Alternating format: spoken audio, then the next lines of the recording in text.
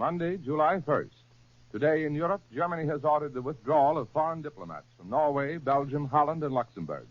In the Balkans, there are reports of clashes between Romanian troops and Russian troops in the ceded Bessarabian Bukovinian area, and outbreaks between Romanian troops and Jews seeking to flee to Bessarabia. And in the West, despite the lull in warfare, there were more German air raids on Britain and more British raids on Germany. Now the news direct. Edwin Hartridge reporting from Berlin. Good morning. This is Berlin. The Foreign Office has not yet confirmed the information this morning that a formal note was presented to the American Embassy stating that the United States government will have to remove its diplomatic missions from Oslo, The Hague in Holland, Brussels, and Luxembourg. This means that American ministers and ambassadors in those countries, together with their immediate staffs, will have to be removed by July 15th, according to the terms of the German demand. There is no mention of the future status of the American diplomatic missions in Copenhagen and in Paris. The German note further explained that these affairs of Norway, Holland, Belgium, and Luxembourg would henceforth be handled from Berlin. This means that Ambassador Cudahy in Brussels, Minister George Gordon in The Hague, Madam Minister Mrs. J. Borden Harriman in Oslo, and Minister George Pratt Walter in Luxembourg are now no longer accredited to the governments of these countries in which they were stationed. And then, this morning, the story is circulating in America that Germany has promised military aid to Romania against Russia were categorically denied in a press conference at the Foreign Office this morning. Likewise, categorically denied were the stories which stated that Germany had advised Romania to maintain an attitude of peace with Russia until Germany was free in the West. That is, until she had successfully conquered both England and France. Then, as a stinger, the Foreign Office spokesman added this comment, quote, "The United States news agencies have published so many false reports about Balkan affairs that such affairs in the future should not concern them, nor do they understand them." Herr Hitler is continuing his tour of the battlefront. Yesterday, he left the headquarters of the German army to motor through sectors of the Maginot Line. He inspected the French fortifications at Mulhouse and in the Upper Alsace. Then yesterday, Dr. Goebbels, Minister of Propaganda, paid a visit to The Hague in the Netherlands. The French government has officially left its wartime seat at Bordeaux. Yesterday, a long stream of vehicles drove eastward to Clermont-Ferrand. This is in the lower central part of France and is in the unoccupied zone. The French government and the French Chamber of Deputies, together with the Senate, may not be located in the same city, so it is not yet known publicly whether the administrative or legislative branches of the government will be located in Clermont-Ferrand. City authorities have taken over the largest hotel there to be turned into government offices. And then, a few minutes ago, I've just been informed that the French government is now going to Vichy, which is a little to the northeast of Clermont-Ferrand. The second bombing of neutral Switzerland is played up in the German press this morning. The reports state that the bombing was done by British flyers early Sunday morning.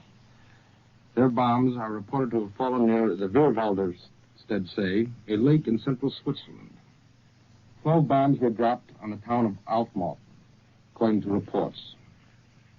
And the German explanation is that the British flyers confused this Swiss lake and town for an Italian lake and town. Today is the 50th anniversary of the peaceful acquisition of the island fortress of Heligoland by the Germans. This island in the North Sea was originally owned by the British. A trade was engineered between the two countries, with Germany giving Britain the island of Zanzibar and Betuland in South Africa for Heligoland. At that time, the Germans thought that their government had made a bad deal, but in the following years, the island, which lies off the key ports of Hamburg and Bremen, became the #1 coastal defense fortification.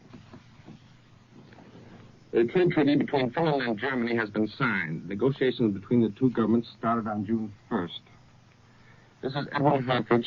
I return you now to Columbia in New York. That was Berlin. Here's the latest news from the Far East. Japan's new and more aggressive policy is being pushed by the Japanese army. Today, War Minister Hatta is reported to have handed Premier Yone a statement insisting upon a firmer stand toward what the army terms interference by outside nations in the Far East. Emphasis is placed on the importance of such a statement, since the Japanese army is responsible only to the emperor and not the cabinet. The British Crown colony of Hong Kong continues to fear a Japanese attack. Today, American citizens, as well as British women and children, are planning to leave Hong Kong for Manila. Now the news, reported from the British capital by Edwin Murrow. Go ahead, London. This is London. 2 German heavy bombers and a seaplane were brought down over the northeast of England about an hour ago. It was the first German daylight raid on England since hostilities ceased in France. The Royal Air Force issued the largest casualty roll of the 10-month-old war. It listed a total of 325 names, missing, wounded, and dead. The battle for Britain intensified in the air over the weekend as the Royal Air Force and the German Luftwaffe pounded each other's bases on both sides of the English Channel. German objectives in the Reich and in 3 occupied countries were the targets of the British heavy bombers. In France, an aerodrome on the coast was bombed. Similar treatment was given to airfields at 3 points in Holland, and attacks were delivered at railway yards in western Germany and in the great industrial city of Cologne. According to a British Air Ministry communique, less damaging attacks were made by German planes which crossed the English coast during the night and early today. In eastern England, attempts were made to bomb coastal aerodromes. In Wales and the west of England, where many children have been evacuated, high explosive and fire bombs were dropped without serious damage or casualties. In East Scotland, German incendiary bombs destroyed a vacant schoolhouse. The Midlands also suffered inconsequential bomb damage, says the Air Ministry. The Channel Island of Jersey, from which British troops were recently evacuated, was reconnoitered by a German plane, but no bombs were dropped. Apparently, British planes are conducting intensive reconnaissance over German-occupied Channel ports, the probable jumping-off ground for an invasion of Britain. What they saw can only be guessed at from the warnings of 2 British ministers last night. Said Neville Chamberlain, "We know the Nazis are even now contemplating preparations for an attempt to invade this country." And for Mr. Harold Nicholson, official of the Ministry of Information, the British public learned that within the next few days, perhaps even within the next few hours, an attack will be launched more terrible than any danger Britain has had to meet in the last 900 years. Scotland Yard continues its roundup of suspected fifth columnists. Over the weekend, an official of the London subway systems was arrested. The man who helped build the floodgates to protect the London subways from heavy bombs. There is a movement to drop the use of the phrase fifth columnist and return to the old-fashioned word traitor.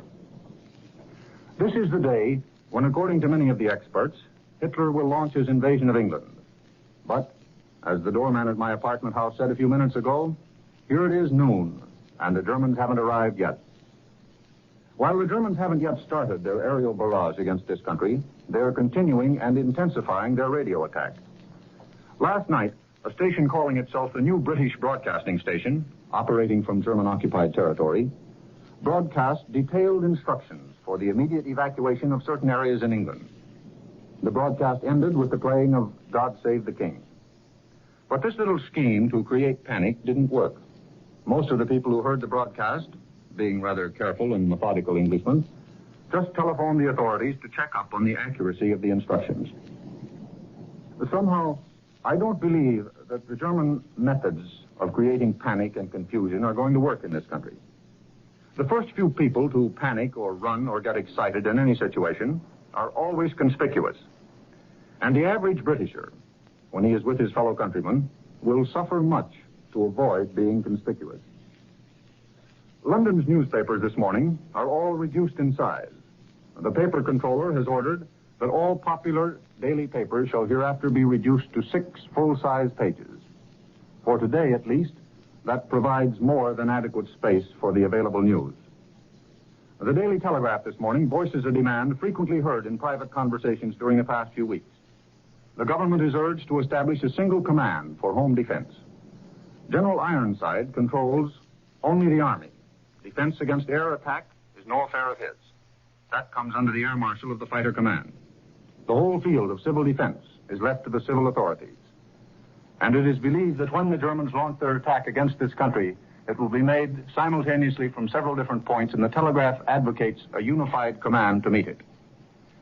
Reports from Bucharest, telling how the Russians captured a Romanian town by landing baby tanks from airplanes, give some support to the speculation that the Germans will employ similar methods in an attack against Britain. However, the landing of heavily laden transport planes in this country will be more difficult than it was in that flat land along the Danube. There are a number of natural obstacles, and the British have added certain artificial obstacles during the past few weeks. It is estimated that 1,300 Britons will be evacuated from Hong Kong during today. An official spokesman in Tokyo says he is unable to understand the Hong Kong reports of evacuation. The Japanese, he said, didn't request it. I return you now to Columbia in New York. That was Edward R. Murrow reporting from London. In the United States, the new fiscal year begins, and the tax-paying public today begins footing the bill for national defense. And in Washington, Congress carries out its national defense studies after a week's rest. So for the latest news from the nation's capital, as reported by Albert Warner, we take you now to Washington. Today, July 1st, begins a new fiscal year. And today we begin paying for the war, or at any rate, for national defense against a turn of the war in this direction. The new taxes are in effect on gasoline for your car, on theater and baseball game tickets, on cigarettes, beverages, and other articles and activities. We begin paying 10 to 50% more in taxes. The higher income levies are in effect, but they are not paid until next March. Thus, the troubled state of world affairs now hits everyone in the United States, even if he thought he was escaping earlier. Congress is back in session today, back to deal again with the effects of war in Europe and Asia.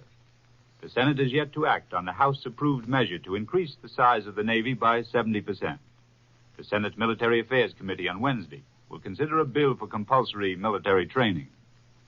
Senate committees will consider tomorrow the controversial appointments of Henry L. Stimson and Frank Knox to be members of the cabinet. The administration will have a plan for economic action in behalf of the Western Hemisphere. The Joint Inter-American Cooperative Plan, confronted by many obstacles, may be delayed in favor of a domestic unilateral plan.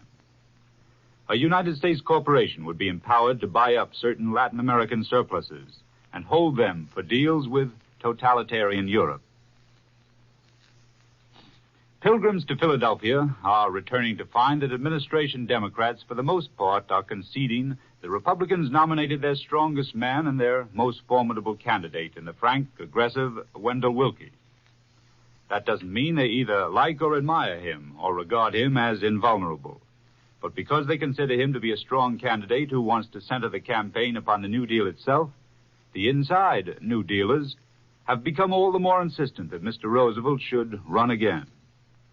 Charles Edison, who left the cabinet to make the Democratic campaign for governor in New Jersey, said the Republicans nominated the strongest man available, and he thought it a good thing. I don't like to see a fight between a good man and a palooka, he said. So, there are others who think the same, that the president must run again. And yet, there are some Democrats who point out that Mr. Roosevelt is heart and soul interested in foreign affairs. And Mr. Willkie is not so very far apart from the administration's attitude toward the war in Europe. On that account, there is less need for the president to fight. And these people think Mr. Roosevelt would like to return to the role of country squire, to supervise his library, and to tend those Christmas trees which he has just planted on his Hyde Park estate. The nomination can go to the president without his moving a hand. In fact, the politicians, most of them, don't see how he could avoid being drafted. I understand that the man who would seem to be in the best position for the nomination if Mr. Roosevelt should decline it will even be out of the country when the Democratic Convention acts. Secretary of State Hull will be on his way to the Pan American Conference at Havana. But a few weeks ago, the politicians scorned the idea that Willkie could be the Republican nominee. And now the Republicans say it's politically impossible for Mr. Roosevelt to avoid the nomination. It's just possible they may be surprised again. We return you now to New York. And with these reports from Washington, we conclude this morning's report of national and international developments. This is the Columbia Broadcasting System.